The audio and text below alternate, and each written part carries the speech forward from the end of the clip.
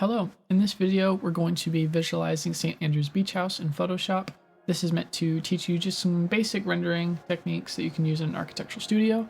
Of course, Photoshop can create a large variety of different styles, so pick one that you want to try to learn or create and try your best to learn the techniques and kind of workflows for these different styles. To start, we're going to go into Revit, which is where I have my model here, which was done in the Revit modeling video series I also did. You could, of course, use any other program like Rhino or anything else, SketchUp. The key point is that I've framed my image so you can see the context on each side of the screen, so you can kind of see the site nicely with the building in the center of the frame. Of course, this is totally up to you if you want the building to be center frame or not. Some people might even zoom out their image more than mine, but I thought this worked for the tutorial. Once we're ready to start getting some images out of this, I'm going to ensure that the shadows are turned on because I want to see those in Photoshop just as a reference. And I also want to go down to graphic display options on the bottom area, as you can see right here. And we're just going to turn off the lines, turn off show edges and apply, just so that we don't have any lines for this view. So I'm going to go ahead, go to File and Export, and I'm going to create a PDF. Of course, you choose where your image is going to be exported towards. Pick a file location that you will easily find, so maybe your downloads, a OneDrive, or just a folder you already have set up for these visualizations. I'm just going to pick mine right here. And once I've picked this folder and opened it, I can actually name the image that I'm going to be exporting. I would name it something relevant to the view or something you'll easily find. I'm going to select the current window of the view and export it. I'm not really going to change the size or anything. Once I've done that, I'm also going to get out a line type view, a line style view, by turning it to hidden line, and I'm just going to use this maybe as a base during the process for knowing where the building stops and starts. Maybe it's something we can mix in, so I'm just going to follow the same process of exporting it. Now that we have those images, we can head back to Photoshop and get started. Once we're in Photoshop, we're going to go ahead and open our colored view that we just exported as the base of our file. And I just wanted to say that, exporting an image rather than screenshotting is much better for the quality of the image. Once we're in here, we need to add our second view. So we're going to go to File in the top left corner of the screen and Place Embedded, as you can see. And this allows you to place another image onto this from your folders. We're going to add our black and white image and simply align it to where it is by dragging it. It should be the same size, it's just misplaced a little bit. Once we have that, I'm going to actually rasterize this layer because you can see it's a smart object right now, and that won't allow us to do a lot of things to it that we want to. So we're just going to do that, and we're going to rename our layers respectively. Now, if I hide our colored layer, we can see the transparent background because the black and white image doesn't actually have any white in it. So I'm going to add a new layer, place it under the black and white, and I'm just going to totally fill it with the white color. Once I've done that, I'm going to deselect and I'm going to merge these two layers by selecting both, right-clicking and hitting Merge Layers. This will turn it into one layer, so now we actually have white in the background on this layer. So now we get to decide where we want to head next. I'm going to do the topography of the ground outside of the building, so go ahead for your project and try to find a texture for the ground. This could be grass. I'm going to use wood chips personally. And when searching for images online, make sure to search for seamless images so that they don't have borders when you stack them like this. This is like bad tiling. You don't want to do this. You want seamless textures that when combined look like this. It's really the difference between a good and bad render. So I'm going to place and embed the texture that I already have found, or wood chips. Once our image is in here, I'm going to find one of the corners and click and drag to make the image smaller. I'll hit enter to finish my transform, and then I'm going to right click on the layer to turn it into a rasterized layer. Then we're going to duplicate it by hitting Ctrl J. I'm going to Ctrl T to move and click and drag it to the side, put them next to each other, and then I'm going to merge the two layers. And I'm going to just keep doing this and making it look more and more zoomed out essentially. This is so the texture will have a certain level of detail from a certain distance away.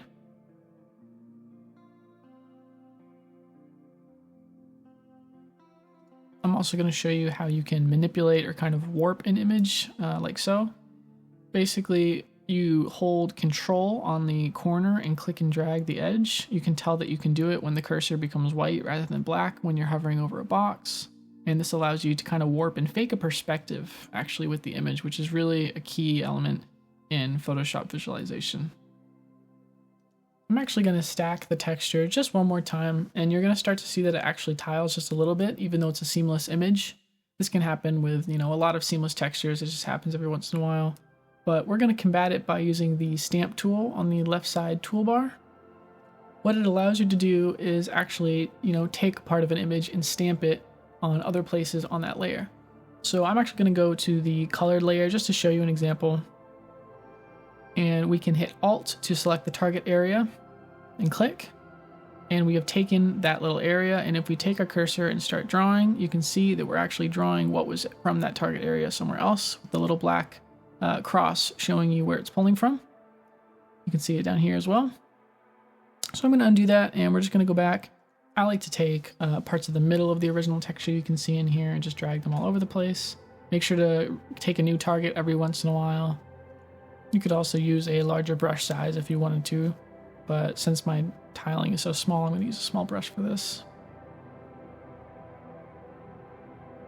And you can see how it kind of starts to mask the tiling just a little bit and makes it look a little more natural. I'm going to rename my layer to just name it to wood chips. Before we move forward, I'm just going to do some group management or layer management. I'm going to create a couple layers just so we can group them so we can start our groups. I'm going to name the first one something like wood panels because that's a big part of the building. And I'll name the second one grass or maybe even nature. So we have all the main important parts of our project right here. I'm going to select the two bottom ones and hit Control G to group them. You can see there's a little drop down in the folder. You can see everything. And if you hide the folder, it will hide everything inside. I'm just going to set the mode to normal. It's just a little habit that I have. Now I'm going to take wood chips and I'm also going to group this one. And I'm just going to rename our groups right here. The first one is going to be background or base. This one will be the topography. I'll call this one the building. And for the top one, I will just call it nature for now. And you can also right click on the eyeballs of the layer so that you can change the color. This just kind of helps, visualize what layers and what groups you're working on. So I'm going to color all these ones respectively what I think they should be. Keeping your layers tidy is kind of just good practice for an easy workflow that's not very stressful. And of course, if you hand your file to someone else, they will figure out where everything is and it's really easy. So we're going to start actually working on the topography. I'm going to size it down and just hide it up here in the corner. And I'm going to duplicate it because I'm going to have kind of an untouched pure version up in the corner just in case we want to use it again. I'm going to hide the base layer that's black and white. And I'm going to turn the opacity of the topography group down so that everything inside is translucent like this. I'm going to place it over this kind of bottom left area. We're going to trace this side and we're going to do different levels of detail depending on what's closer or farther. So we're just going to align this, as I said, with the bottom left side, and then we'll do the other sides afterwards. So once we're going to start with this bottom area, we're just going to use the warp where you click on the corners with Control and click to kind of fake a perspective, and we're going to cover this bottom left portion. Of course, what's farther away is going to be smaller, and what's closer up is going to be bigger and more stretched out like this. And I'm actually going to turn the opacity back up just to check the perspective. It's looking all right. So we're going to now start a mask. I'm going to go to black and white to see what the topography is, but I noticed that we actually can't see the edges of the topography, so I'm going to turn the opacity of our topography back down and use the colored background instead. Once we're here, we're going to use the polygonal lasso tool to mark the edges of where this topography should be.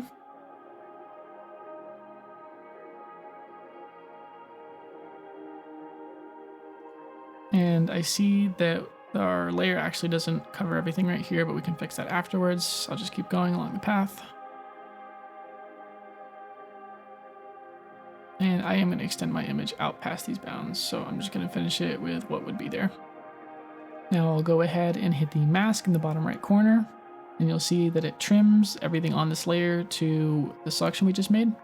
If we click on the layer again, I'm actually going to use the stamp tool to just fill in the rest And of course, this can only be inside the mask, so it works out perfectly. And I'll turn the opacity back up just to check it, and it's looking good. They do look a little bit ugly color-wise, but just trust the process. I'm going to go ahead and do the other areas, and just remember the ones further out. I'm probably going to stack the texture one more time just so they look further out because you can see less detail. So I'm going to go ahead and do that.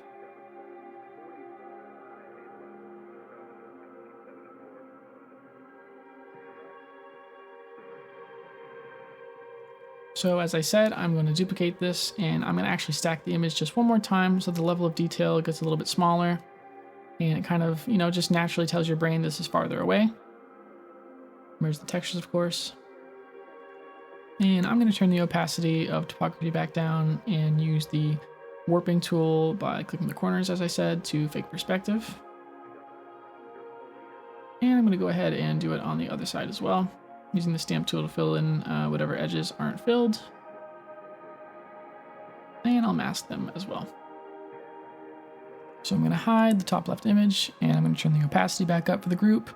And you can kind of see our natural level of depth we have just because of how we stack the textures, even before we've even processed them at all. But along the edges of our layers, you can see we have little parts where it didn't get filled in. I like to check where the layer is just by double tapping the eyeball to find out which one's which. I'll select the mask on this layer, and I'll use the pencil with white to reveal. I'm going to drag this along the edges just to fill them in. A little trick I do with the pencil is shift clicking while you're drawing with it. So you can tap to start a drawing, and then you can shift and click to another point, and it will draw a straight line between the 2 points, and you can just keep on chaining that from point to point. Now I'm actually going to do the gravel. It's more or less the exact same process, so feel free to skip ahead 2.5 minutes, I would say. I'm just going to do the gravel. It's the exact same process. I'll walk you through it though. So I'm going to add my gravel texture. I'm going to bring it up top, and I'm going to rasterize it. And of course, I will scale this image down. I have to zoom way out to find the bounds. It's a very large image, high quality. Once we're here, I'm going to duplicate this so I can start tiling it.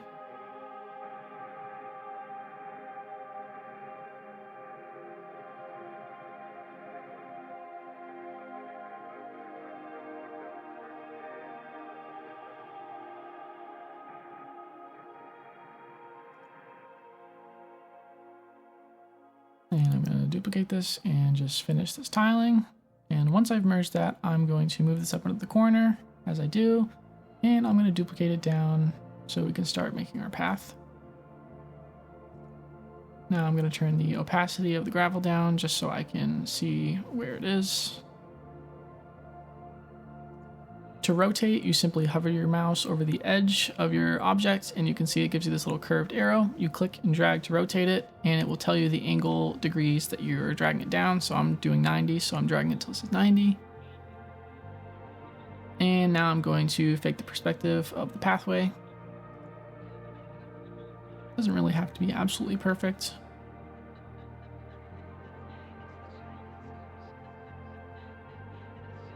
And I'm going to start doing the mask for this, and I'm actually going to totally hide this layer as I'm working on it so that I can easily draw a mask.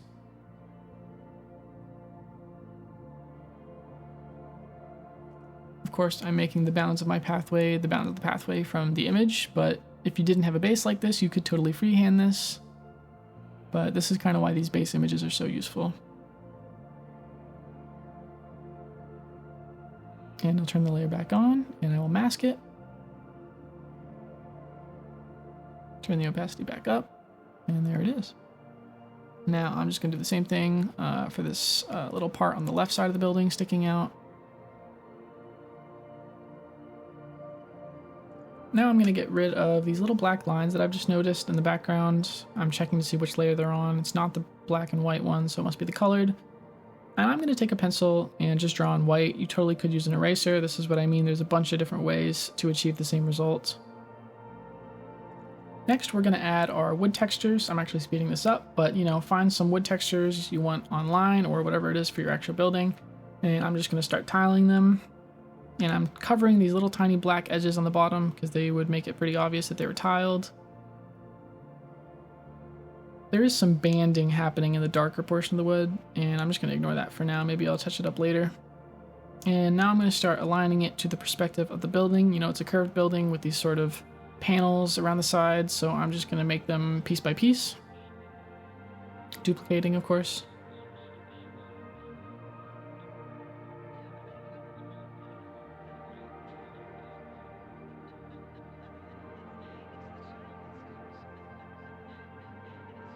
Now I'm going to merge all of our wooden layers, and I'll also turn the opacity up just to check it. Looks good. Now I'm going to use the polygonal lasso tool to block out the selection so we can mask our texture here. It won't be all done in one shot, but we can go over it with the pencil on the mask afterwards. So now we're going to go over it with the pencil on the mask because we need to fix these little issues. So I can see on this little band in the window that we're supposed to see the texture, so I'm going to select the mask, go to the pencil. I'm going to change my brush size to be smaller. That's actually still too big. Make it even smaller, and I'm going to click once at the top and shift click on the bottom, draws a straight line, and it fills that in. And we're just going to do that all over the place where we see little issues.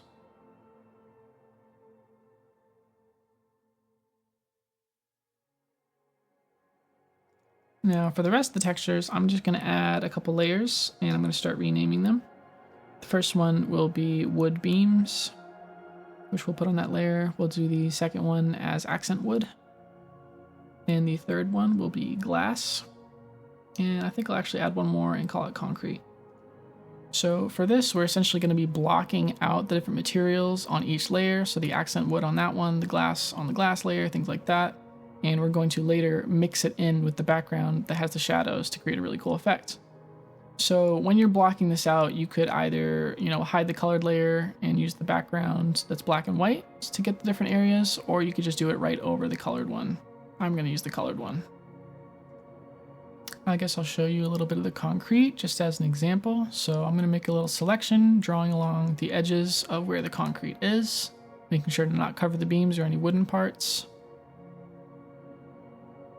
And I suppose I'll stop the selection right there just so I can show you this as an example and fill it using either the Alt Backspace hotkey I showed you with a color that matches the material, or you can use the paint bucket.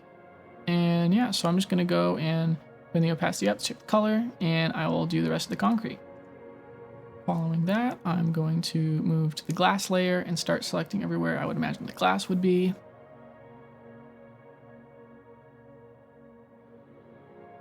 Choose a blue color, fill it. I'm just going to turn the opacity down just for now.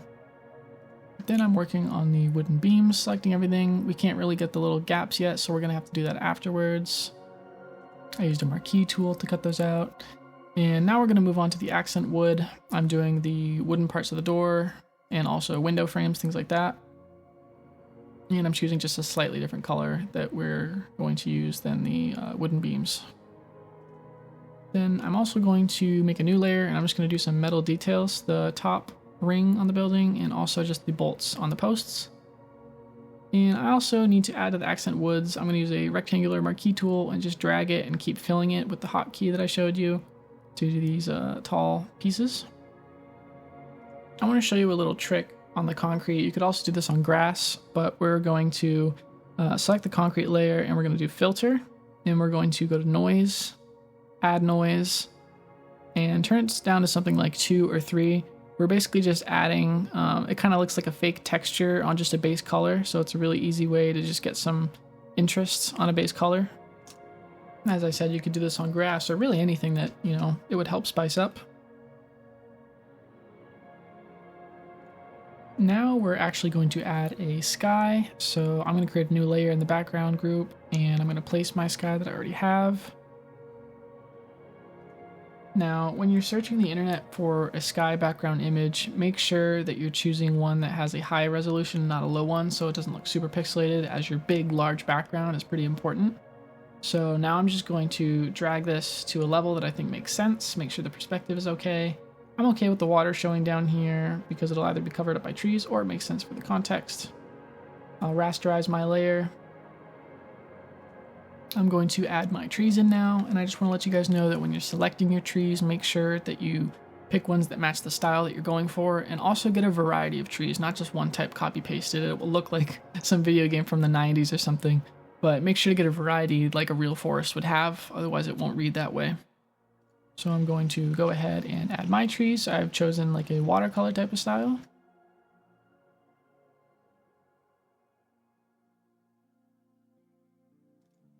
So once I'm done rasterizing my tree layers, I'm going to show you 2 ways that you can get rid of the white border around your trees.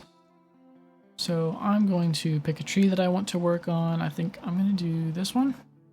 And of course you can double tap the visibility just to figure out which layer is which. That's a little tip that I use a lot. So you totally could use the magic wand tool. This is one way to just, quickly select all the white on the outside once you have a certain tolerance set up. And you'd have to go around getting rid of all the little white bits on the inside of the tree, which isn't, the best way to use your time. So the other way that you can do this, which is much more time efficient, is going to select on the top side of the screen, going to color range, and taking the eyedropper and picking white and hitting OK, and it will select all the white on your screen, and then you can just delete it from the layer that you're on.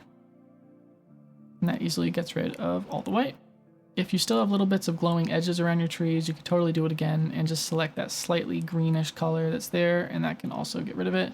But you might have to be careful because it might start deleting too much of your tree. So I'm actually going to let it slide for this because it's not that bad. So now we're going to go and do this to the rest of the trees. I think this one right here might take 2 passes because of the gray and the white, but I'm just going to go ahead and do all the trees.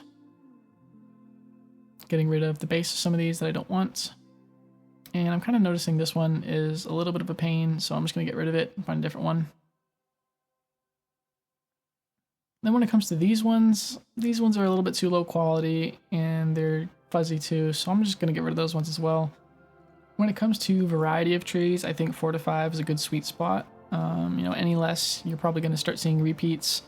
I'm going to just rename all my trees so I can easily recognize them by name. Calling the big one the big tree, little tree, things like that. So now I'm going to start color balancing the trees. I like to do this right out of the gate with the trees rather than later. I'm going to color balance the rest of the project afterwards, but we want to make the saturation, general tone, and brightness of all these trees kind of match to a certain degree. Of course, the species matters. If you have a pine tree, you would want to make that appear much darker than an oak tree. This house, however, is located, it's a beach house in New Zealand, so they're all kind of the similar tone. We're going to go to adjustments in the top right corner. I'm going to choose hue saturation, and I'll scroll down. And if I lower the lightness, you'll see it affects everything under it, because that's how layers work. It is affecting everything underneath. So I click this button right here, and it snaps to the layer below and only that. So now you can see it only makes that tree darker. And yeah, now we just kind of play around with this and match the general saturation of each tree to each other, as well as brightness.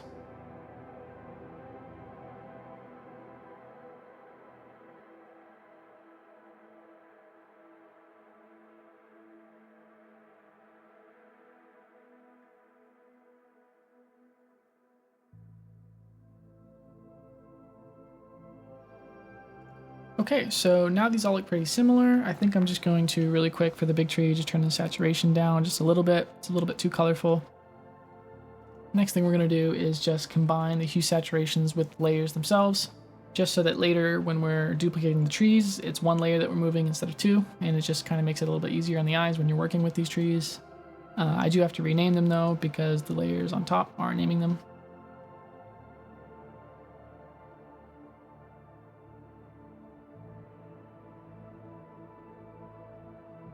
Once we've done that, we can start making some subgroups to the nature of the trees.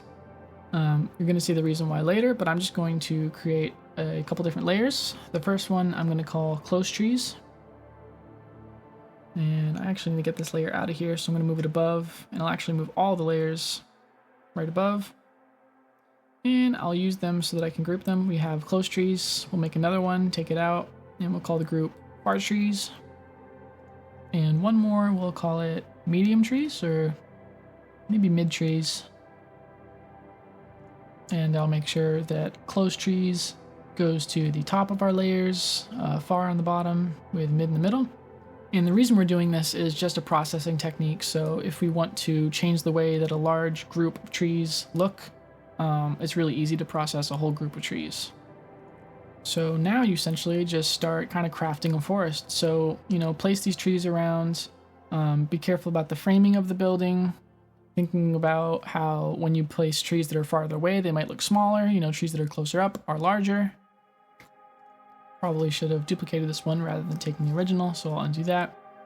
But as you're doing this, make sure you're placing the trees in their respective groups. So I'll put this one in the far tree group and I'll place it down there. And I'll speed up the footage, but this part's actually really fun. So just put some music on and go crazy with it.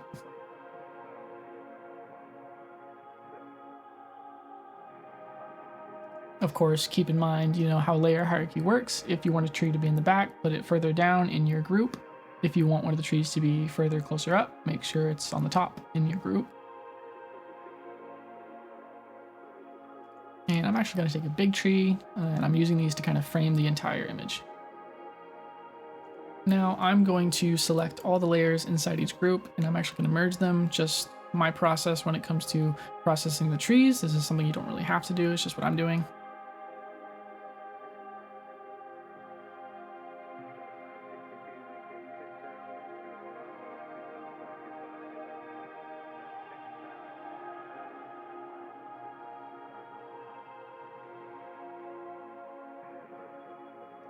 Now we are going to mask our tree layers. So we'll start with the close-up ones. They don't actually need anything. The mid ones look pretty okay, but we can see there's a couple trees back here that we need to mask. You could totally just delete these portions, but as I've said before, masking is the non-destructive way of doing this, so I'm going to do that instead. And I have to invert it because it's backwards. Okay, now let's hide the mid trees, and we're going to reveal the far ones because these ones need the masks the most. So I actually see that there's a little bit of an issue with our building here, and this is because our sky is on top of our colored layer. So we're going to drag that one down, hide the black and white layer, and we're going to hide our trees entirely because we can see there's some white in the background that's showing up. We don't want to see it, so we'll go down to colored, and we can just simply take magic wand and select the entire background and delete it. And that reveals the sky behind as we wanted to see it. Now we can turn the trees back on and mask like we wanted to. I'm going to turn the opacity down just so I can see the edge of the building clearly.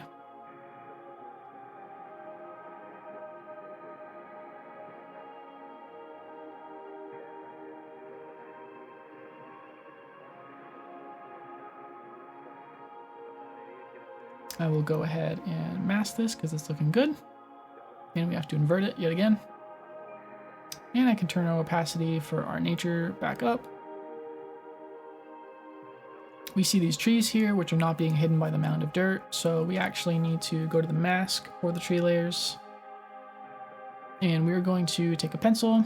I'm going to change the brush size, and we're just going to hide the whole bottom of these trees.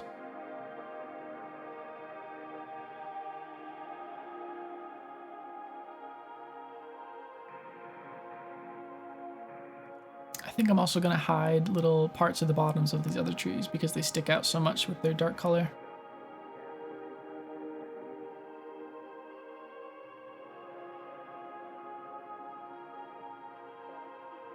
And I'll go ahead and do the same on the other side.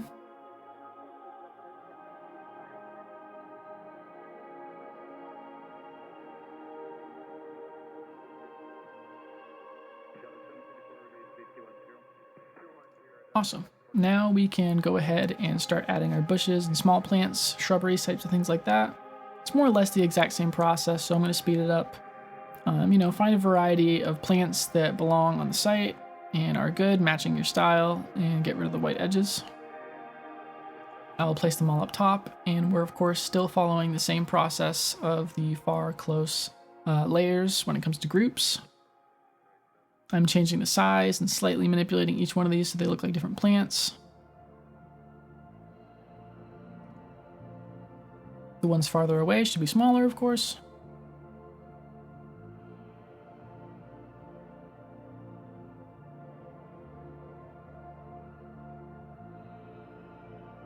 I'm going to re-reveal the trees that I hid, and I'm going to start placing the bushes. I like to have the trees on when I do the bushes because I need to know which layers are in front of which, so I actually create a further bush layer group here for the bushes that I want behind the tree trunks. The tone and brightness of these bushes should of course match each other, but don't worry about the actual color of them. We can process that later on with all the trees at the same time. Okay, I think we are just about ready to color balance. So when it comes to the workflow for this, I would pick the worst offender when it comes to the color. I think in our case right now, this is the wood chips. It's really not matching. So yeah, we're going to find the wood chips in our layer. And I'm going to select all the wood chip layers, and instead of merging them, I'm actually going to group them. I'm going to name the group wood chips.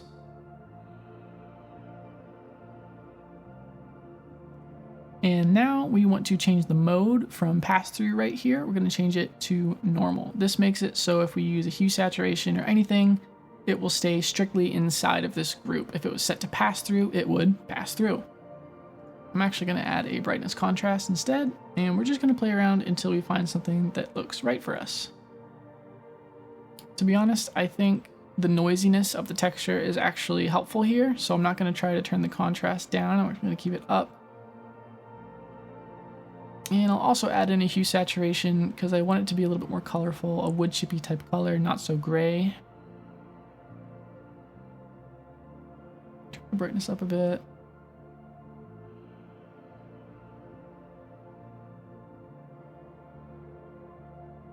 And I think saturation is definitely helpful here, and more of a yellow color. You know, kind of play around with this until it feels or looks right.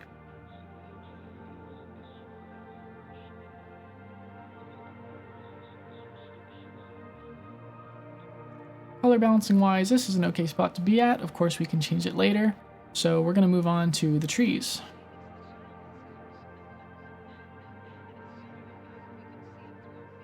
So yet again, I will set the mode of the trees to normal instead of pass through, and then I'll go and I'll actually add a hue saturation inside this group. And I'm going to try to affect all the trees at the same time. So it's above the close, far, and mid trees, but still inside the group. And I'm going to desaturate them all a little bit, make them darker too. All right, that looks pretty good. We can, of course, as I said, tweak it later. So we are going to move on to the bushes now. Start with the closer ones.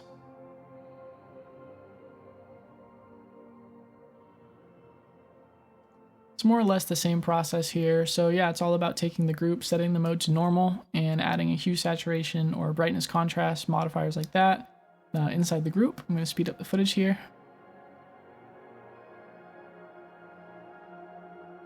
And like everything in Photoshop, think about the style that you're kind of chasing. If you have a more abstract, gloomy type of visual, make sure that your trees are desaturated and dark, things like that. Back in Revit, we are going to go to the View tab, hit Render, which is the teapot, and we're going to set the setting to medium instead of draft. And I'm going to hit Render. Now, you of course could use draft if you totally wanted to. I think medium is a nice balance, but we're not really looking for absolute perfect quality here. We're more looking for the shadows and sun. Once that's done, go to Adjust Exposure.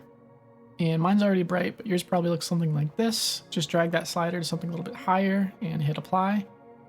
Of course, you can change this in Photoshop afterwards, but just get it to a nice base point. Once you have that looking how you'd like it to look, I'm actually going to use Snippet and screenshot the screen. This is because we're not really looking for super high quality here. We're looking to just take the lighting from this image. So I'm going to copy it, and I'm going to directly paste it right back into Photoshop. Once it's pasted, I can see it's actually a little bit too far back. So I actually need to go up and hide all the trees and other things that we've done so far just so we can align this easily. I'm going to turn the opacity down of the image that we just inserted, and I'm just going to expand it and try my best to eyeball fitting it to where it is. Once we have that in place, we can turn the opacity back up. And I'm actually going to use the polygonal lasso tool to just cut away on all the excess of the image that we don't want. We're just getting the shading for the building.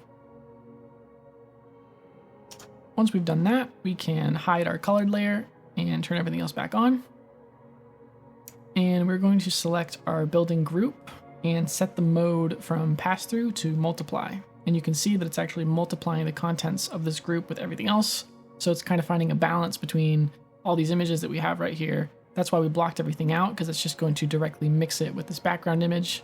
There's also a bunch of other options like lighten, linear burn, things like that. Try them all out. They might give you some results you might like.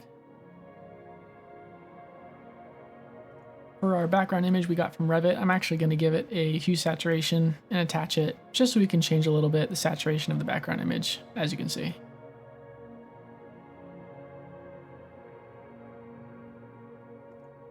The next thing I'm going to show you is how you can use burn and dodge to essentially shade your scene and give it some dynamics. So if I find the plane that I want to work on, I'm going to use this one right here. If I zoom in here, I can find burn and dodge right here on the toolbar. You can adjust the brush size just like anything else by using the Alt and right click.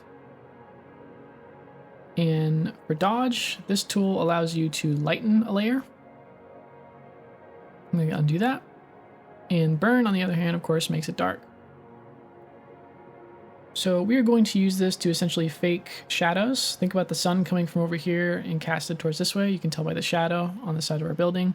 So we're just going to use, I think we're going to use burn first and just mimic shadows in that direction. Of course, think about, you might want to make your shadows larger or fluffier, or you might want to make them a little bit harsher than this. It's totally up to you on the style you want.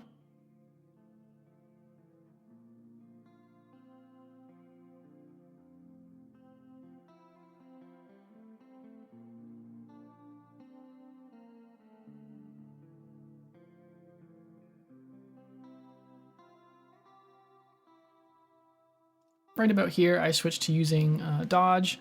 Of course, be careful of the layers that you're working on, marking the highlights of where the sun would be hitting it the most with nothing covering it. And I'm just doing a couple things, changing around hue saturation on the whole scene, color balancing generally, and just making small tweaks.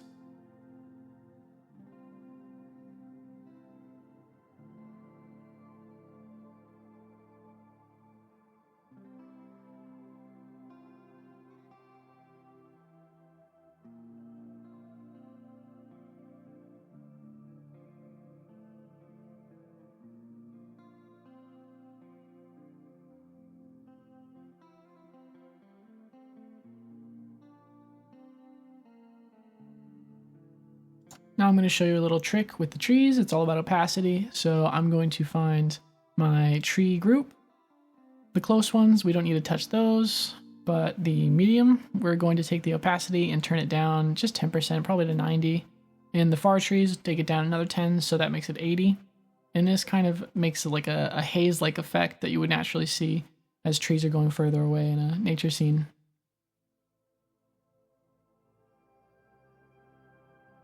Now I'm going to show you a little trick that I do to make the ground look a little bit more random. I'm going to take the polygonal lasso tool, make a new layer, because you can't do this on an existing layer.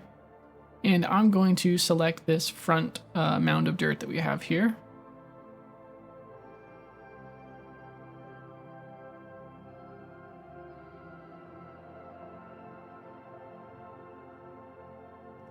Now make sure that your colors are black and white. We will fill this area because you need the selection to have something in it so that you can work on it.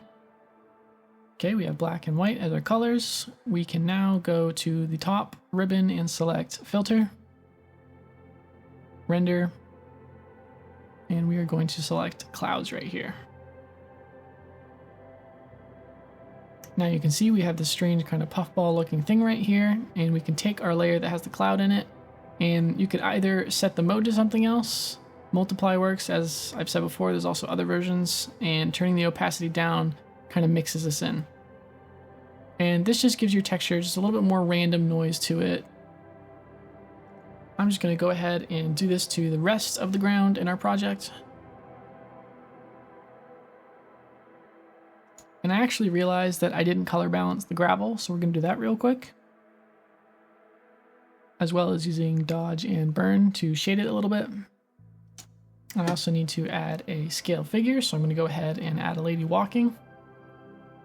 Delete the white, and I'll turn the opacity down just a little bit so it blends in more. Lastly, if you add an adjustment at the very top of your hierarchy on a layer, it will affect absolutely everything below it, as we know. So you could add something like a photo filter or brightness, and you could easily change the entire scene with one little adjustment. This could help change your mood or the lighting or things like that.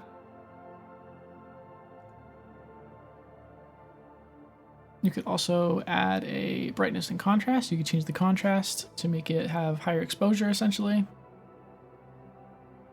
Or you could turn the brightness down and make it look like it's dusk.